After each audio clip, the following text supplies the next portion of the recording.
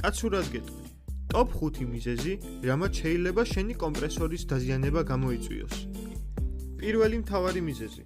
ზეთის გარეშე კომპრესორის გამოყენება. ყოველთვის შეამოწმეთ ზეთი. მეორე.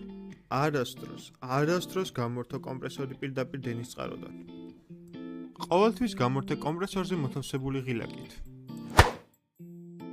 მესამე.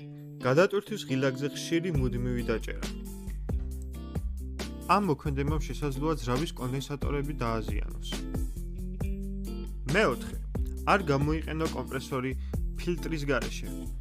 შეეცადეთ გაასუფთავოთ ფილტრის ზედმეტი არასასრული ნაწილაკებისგან. ხოლო მეხუთე მიზეზი თქვენთვის მომინდია. დაწერეთ კომენტარებში რა შეიძლება გახდეს კომპრესორის დაზიანების მიზეზი.